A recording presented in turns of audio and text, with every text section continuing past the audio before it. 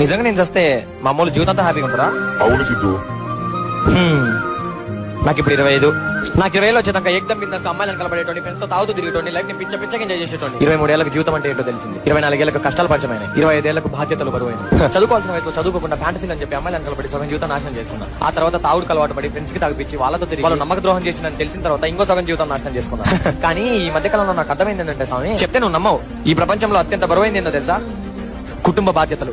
గ్రాములలో, కిలోలలో, కింటాల లెక్కన కాదు, టన్నుల లెక్కన బరువు ఉంటాయి. మొయ్యటాలే తప్ప తగ్గటాలు ఉండవు.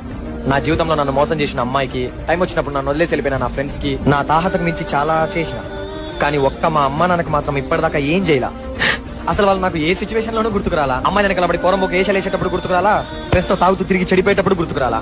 అలాంటిది నేను చచ్చిపోతే వాళ్ళు జీవితాంతం హ్యాపీగా ఉంటారంటే తీసుకుపోతామని ఎవరైనా ఇది చూస్తే పిచ్చి అనుకుంటారు. కానీ నాలాంటి సిచ్యువేషన్ లో ఉండే ఒక అబ్బాయికి ఇలాంటి ఒక ఆఫర్ ఇస్తే వాడు కళ్ళు మూసుకొని చంపేయి అంటాడు.